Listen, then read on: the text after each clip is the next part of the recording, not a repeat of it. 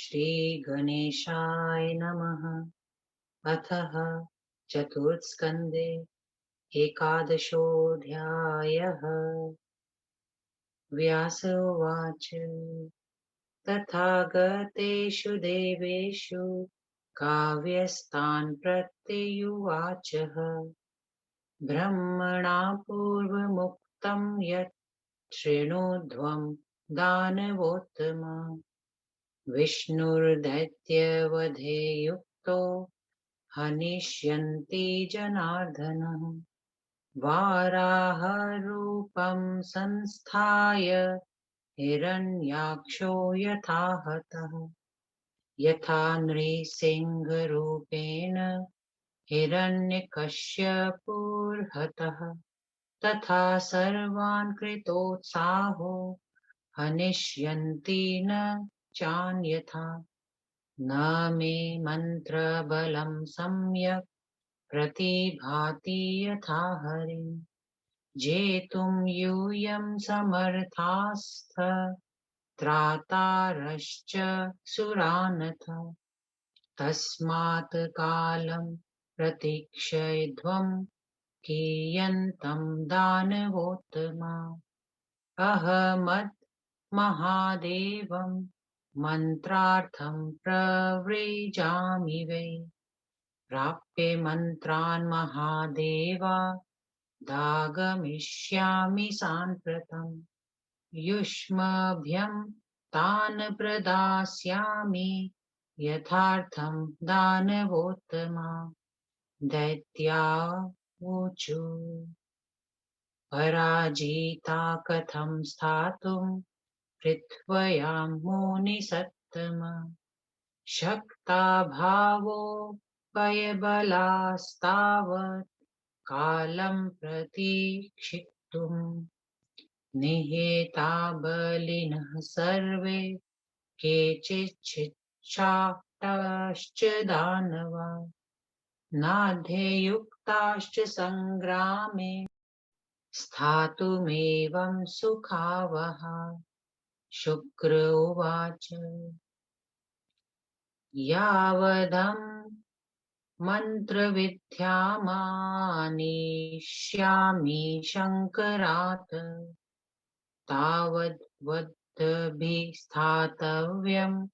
तपो युक्ते शमान्विते सामदानादयः प्रोक्ता वेद्विधि समयोचिता देशं कालं बलं वीरै ज्ञात्वा शक्तिं बलं बुधे सेवार्थ समये कार्या शत्रूणां शुभकाम्ययाम् स्वशक्तयुपचये काले हन्तव्यास्ते मनीषिभिः तत्तद्धै विनयं कृत्वा सामपूर्वं छलेन वै तिच्छध्वं स्वनिकेतेषु मदागमनकाङ्क्षया प्राप्ये मन्त्रान् महादेवा दागमिष्यामि दानवा युद्धयामहे पुनर्देवान् मन्त्रमास्थाय वै बलम् इत्युक्त्वाथ भृगुस्तेभ्यो जगाम कृतनिश्चयः महादेवं महाराज मन्त्रार्थं मुनिसत्तमः दानवः प्रेषयामासु प्रह्लादं सुरसन्निधौ सत्यवादिनमव्यग्रं सुराणां प्रत्ययप्रदम् प्रह्लादस्तु सुरान् प्राह रक्षयावन्तो नृपः असुरैः सहितस्तत्र वचनं नम्रतायुतम् न्यस्तशस्त्रा वयं सर्वे निःसन्नाहास्तथैव च देवास्तपश्चरिष्यामः संवृता बलकलैर्युता। प्रह्लादस्य वचः श्रुत्वा सत्याभिव्याहृतं तु तत्। ततो देवानय वर्तन्त विज्वरा मुदिताश्च ते। न्यस्तशस्त्रेषु दैत्येषु विनिवृत्तास्तदासुरा। विश्रब्धा स्वगृहान् गत्वा क्रीडासक्तासु संस्थिता। दैत्यादम्भं समालम्ब्य तापसास्तपि संयुता। कश्यपस्याश्रमे वासं चक्रुः काव्यागमेच्छया। काव्यो गत्वाथ कैलासं महादेवं प्रणमय च। उवाच विभुना पृष्टः किं ते कार्यमिति प्रभु। मन्त्रानिच्छाम्यहं देव येन सन्ति बृहस्पतो। पराजयाय देवानामसुराणां जयाय च। व्यास उवाच तच्छ्रुत्वा वचनं तस्य सर्वज्ञः शङ्करः शिवः। चिन्तयामास मनसा किं कर्तव्यमतः परम्। सुरेषु द्रोहबुद्धायासौ मन्त्रार्थमिह साम्प्रतम्। प्राप्तः काव्यो गुरुस्तेषां दैत्यानां विजयाय च। रक्षणीया मया देवा इति सञ्चिन्तय शङ्करः। दुष्करं व्रतमत्युग्रं तमुवाच महेश्वरः। पूर्णं वर्षसहस्रं तु कर्णधू मम वाक्शिरा। यदि पास्यसि भद्रं ते ततो मन्त्रान् वाप्स्यसि। इत्युक्तोऽसौ प्रणमये शम्बाड्मित्यब्रवीद्वचः। व्रतं चराम्यहं देव त्वया ज्ञप्तः सुरेश्वर। व्यास उवाच इत्युक्त्वा शङ्करं काव्यश्चकार व्रतमुत्तमम्। धूमपानरतः शान्तो मन्त्रार्थं कृतनिश्चयः। ततो देवा परिज्ञात्वा काव्यं व्रतरतं तदा। दैत्यानन्दम्भरस्ताश्चैव बभूवुर्मन्त्रतत्परा। विचार्य मनसा सर्वे सङ्ग्रामायोध्यता नृप। ययुर्धृतायुधास्तत्र यत्र ते दानवोत्तमा। तानागतान् समीक्ष्याथ सायुधान् दंशितांस्तथा। आसंस्ते भय संविघ्ना दैत्यादेवान् समन्ततः। उत्ते उत्पेतुः सहसा ते वै सन्नद्धान् भयकर्षिता। अब्रुवन् वचनं तथ्यं ते देवान् बलदर्पितान्। न्यस्तशस्त्रे भयवती आचार्ये व्रतमास्तिथे। दत्त्वा भयं पुरा देवा सम्प्राप्ता नो जिघांसया। सत्यं वह कगतं देवा धर्मश्च श्रुतिनोदितः न्यस्तशस्त्रान् हन्तव्या भीताश्च शरणं गता देवाऊचु भव भवदीभिः प्रेषितः काव्यो मन्त्रार्थं कुहकेन च तपो ज्ञातं हि युष्माकं तेन युध्याम एव हि सच्चा भवन्तु युद्धाय संरब्धा शस्त्रपाणयः शत्रुश्छिद्रेन्द्र हन्तव्य एष धर्मः सनातनः व्यास उवाच तच्छ्रुत्वा वचनं दैत्या विचार्य च परस्परं पलायनपराः सर्वे निर्गता भयविह्वला शरणं दानवा जग्मुर्भीतास्ते काव्यमातरम् दृष्ट्वा तानतिसन्तप्तान् भयं च ददावथ काव्यमातोवाच न भेतव्यं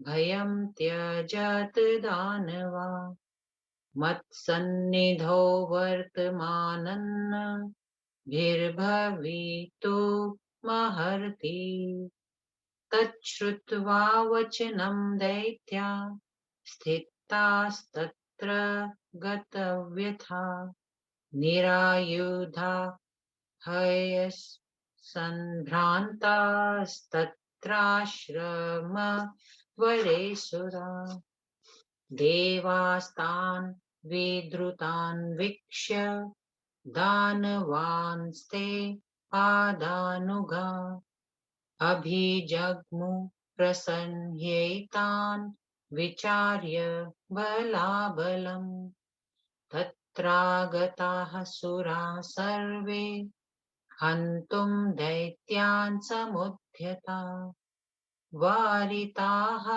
काव्यमात्रापि जघ्नुस्तानाश्रमस्थितान् हन्यमानासुरैः दृष्ट्वा काव्यमातातिवेपिता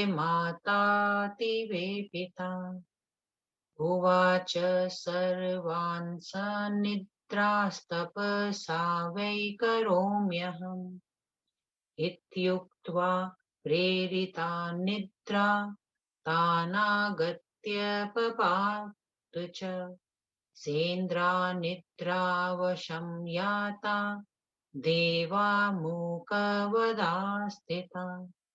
इन्द्रं निद्राजितं दृष्ट्वा दीनं विष्णुरभाषत मां त्वं प्रविश्य भद्रं ते नये त्वां च सुरोत्तम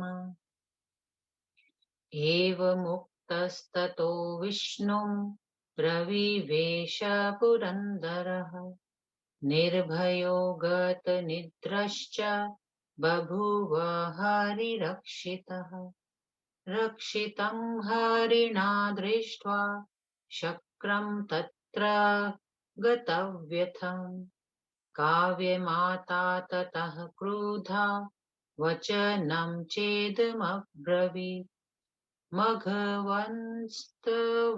भक्ष्यामि स विष्णुं वै तपोबलात् पश्यतां सर्वदेवानामीदृशं मे तपोबलम् व्यास उवाच इत्युक्तौ तु तया देवौ विष्णवन्द्रौ योगविद्धया अभिभूतौ महात्मानौ स्तम्भोतौ सन्बभूवतुः विस्मितास्तु तदा देवा दृष्ट्वा तावतिबाधितौ चक्रुः किला शब्दं ततस्ते दीनमानसा क्रोशमानासुरान् दृष्ट्वा विष्णुं प्राह शचीपतिः विशेषेणाभिभूतस्मिन् त्वत्तोऽहं त्वत्तोऽहं मधुसूदनम् जहन्येनां तरसा विष्णो यावन्नो न दहेत् प्रभो तपसा दर्पितां दृष्ट्वा मा विचार्य माधव इत्युक्तो भगवान् विष्णु शक्रेण प्रथितेन च चक्रं सस्मार तरसा घृणां त्यक्त्वाथ माधवः स्मृतमात्रं तु सम्प्राप्तं चक्रं विष्णुवशानुगम् दधार च करे क्रुद्धो वधार्थं शक्रनोदितः गृहीत्वा तत्करे चक्रं शिरश्चिच्छेदहंसा हतां दृष्ट्वा तु तां शक्रो मुदितश्चाभवत्तदा देवाश्चातीव सन्तुष्टा हरिं जय जयेति च तुष्टुवुर्मुदिता सर्वे सञ्जाता विगतज्वरा इन्द्रविष्णु तु सञ्जातौ तत्क्षणाद्हृदयवयथो स्त्रीवधाञ्छङ्कमानौ तु भृगो शापं दुरत्ययम् इति श्रीदेवी भागवते चतुर्थ स्कंदे एकादशोऽध्यायः 11वां अध्याय चतुर्थ स्कंदे हिंदी अनुवाद। मंत्र लेने के लिए शुक्राचार्य का शिवजी के पास जाना और भगवान विष्णु का शुक्राचार्य की माता का वध करना। व्यास जी बोले, देवताओं के चले जाने पर शुक्राचार्य ने कहा, हे दानव श्रेष्ठ गण, पूर्व काल में ब्रह्मा जी ने जो कहा था उसे आप लोग सुने। उनका कथन था कि जब जब जनार्दन भगवान विष्णु दैत्यों का वध करने के लिए कार्य में नियुक्त किए जाएंगे, तब तब वे अवश्य उनका वध करेंगे। जैसे वाराह रूप धारण करके उन्होंने हिरण्याक्ष को मारा, नृसिंह का रूप धारण करके उन्होंने हिरण्यकश्यपु वध किया, उसी प्रकार उत्साह के साथ वे सब दैत्यों का संहार कर देंगे। इनसे तनिक भी संदेह नहीं है। इस समय मेरे पास उनका उतना मंत्र बल नहीं है जितना कि भगवान विष्णु के पास है। जब मेरे पास भी विष्णु के समान मंत्र बल हो जाएगा, तब मैं आपकी रक्षा तथा सहायता कर सकूंगा, जिससे आप लोग देवताओं पर विजय पा सकेंगे। अतएव आप कुछ दिन प्रतीक्षा करें। आज मैं मंत्र लेने के लिए शिव जी के पास जा रहा हूँ। महादेव जी से मंत्र लेकर मैं शीघ्र लौटूंगा और उसे यथावत रूप में तुम्हें प्रदान कर दूंगा। दैत्यों ने कहा, हे मुनि सत्तम, देवताओं से पराजित होकर हम लोग पृथ्वी पर कैसे रह सकेंगे, क्योंकि उनसे परास्त होकर हम अत्यंत निर्बल हो जाएंगे। तब यहाँ रहकर आपकी प्रतीक्षा कैसे करेंगे? मेरे प्राय सभी बलवान योद्धा मारे जा चुके हैं, केवल कुछ शिष्ट नागरिक बचे हैं। वे अब युद्ध चालू रखने की स्थिति में नहीं है और वह उनके लिए सुखावह भी नहीं हो सकता। शुक्राचार्य जी बोले, जब तक मैं शंकर जी से मंत्र विद्या लेकर ना लौटूं, तब तक तुम शांत तपस्वियों की भांति रहकर समय बिता। बड़े बड़े विद्वानों का वचन है कि देश काल बल और शक्ति को देखकर समयानुसार साम दाम तथा दंड नीति का उपयोग करें। समय पड़ने पर आत्मरक्षा के लिए शत्रु की सेवकाई भी स्वीकार कर लें, और जब अपनी शक्ति बढ़ जाए तब बुद्धिमान मनुष्य शत्रु को मार डाले। सो अब आप विनयावत होकर ऊपर ऊपर से साम नीति का अवलंबन करें, किंतु भीतर से सदा छल का भाव रखते हुए अपने घर में रहिए और मेरे आगमन की प्रतीक्षा कीजिए। वे वीर दानवगण शंकर भगवान से मंत्र लेकर जब मैं लौटूंगा, तब उसी मंत्र बल के सहारे आप फिर देवताओं से भिड़ जाइएगा। हे महाराज, उन दैत्यों से ऐसा कहकर मुनि श्रेष्ठ शुक्राचार्य मंत्र प्राप्त करने के लिए कैलाश की ओर चले। इधर दैत्यों ने सत्यवादी, धर्म, धैर्यशाली तथा देवताओं के विश्वास प्राप्त प्रहलाद को संधि करने के लिए देवराज इंद्र के पास भेजा। विनयावनत भाव से दैत्यराज प्रहलाद कतिपय असुरों के साथ देवताओं के पास जाकर बड़ी विनम्रता पूर्वक बोले, हे देवताओं, हम लोगों ने शस्त्र तथा कवच त्याग दिया है। युद्ध सामग्रियां भी अब हमारे पास नहीं है। अतएव हम लोग अब बलकल वसन धारण करके तप करेंगे। दैत्यपति प्रहलाद के वचन सुनकर देवताओं ने उसे सच माना और तत्काल युद्ध बंद कर दिया। इसके बाद देवताओं का क्रोध शांत हो गया और वे हर्षपूर्वक लौट पड़े। इस प्रकार जब दैत्यों ने शस्त्र त्याग दिया, तब देवता युद्ध बंद करके अपने घर को लौट गए और वहां जाकर विलास में लिप्त हो गए। उस समय दैत्यगण बनावटी तपस्वी बनकर शुक्राचार्य के लौटने की प्रतीक्षा करते हुए महर्षि कश्यप के आश्रम में रहने लगे।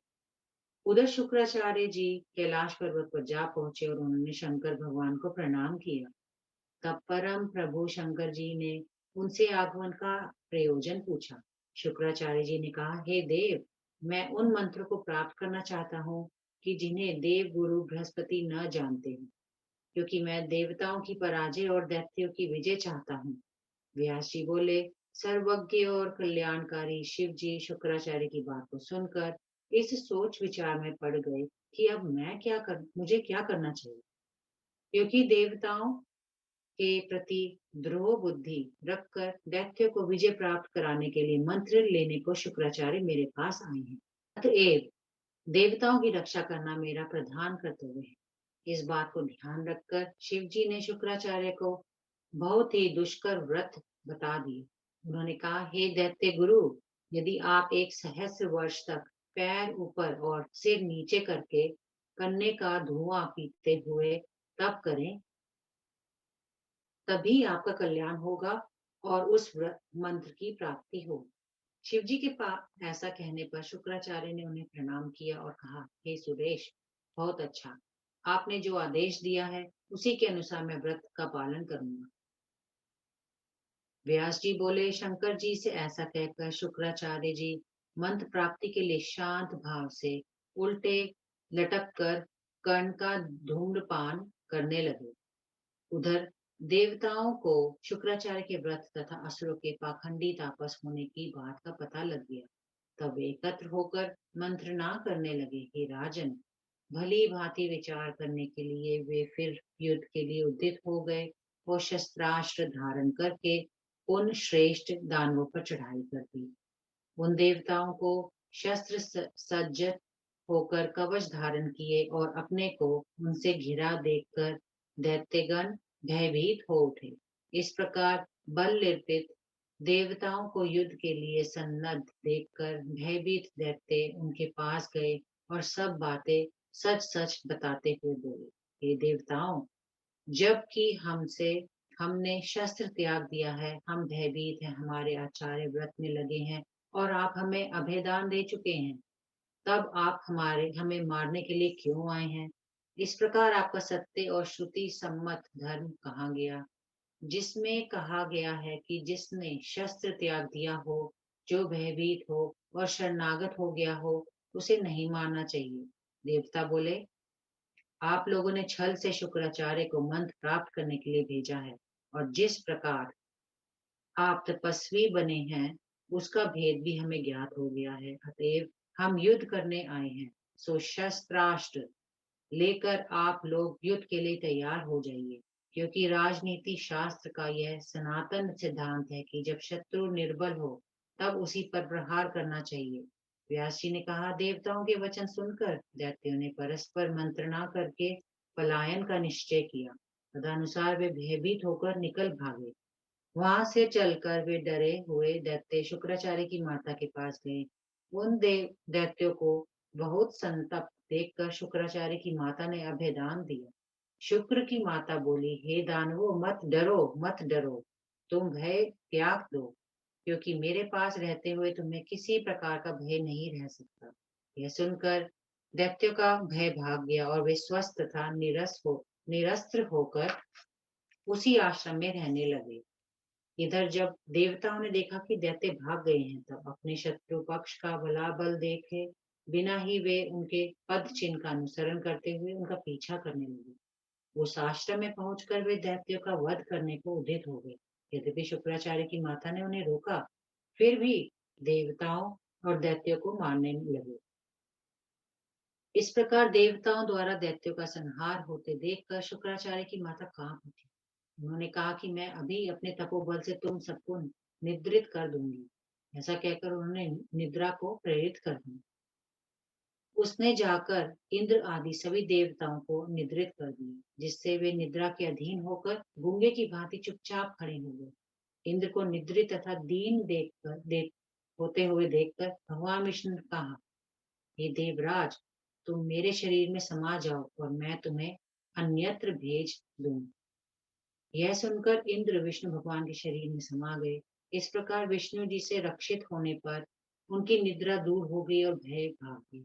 भगवान विष्णु द्वारा रक्षित इंद्र को स्वस्थ देखकर शुक्राचार्य की माता कुपित होकर बोली, हे इंद्र, मैं अपने तपोबल से सब देवताओं के समक्ष विष्णु समेत तुम्हें खा जाऊंगी।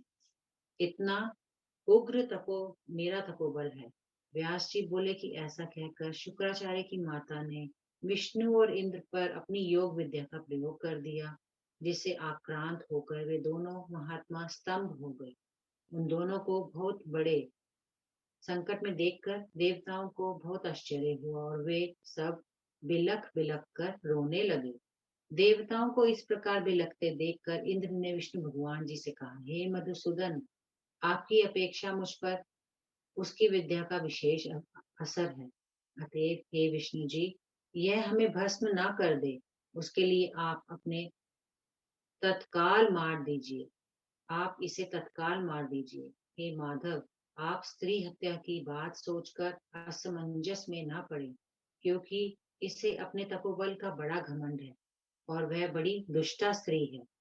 परम कीर्तिशाली इंद्र ने जब भगवान विष्णु से ऐसा कहा, तब उन्होंने दया भाव को दूर करके अपने सुदर्शन चक्र का स्मरण किया। स्मरण करते ही चक्र आ पहुंचा। तब भगवान ने उसे हथेली पर लिया और इंद्र की प्रेरणा से कुपित होकर वे शुक्र की माता का वध करने को उद्यत हो गए। तदंतर उस चक्र से उन्होंने शुक्र की माता का सिर काट डाला। उसे मरी देखकर इंद्र बहुत प्रसन्न हुए। यह देखकर सब देवता विष्णु भगवान की जय जयकार करते हुए स्तुति करने लगे और उनका दुख दूर हो गया।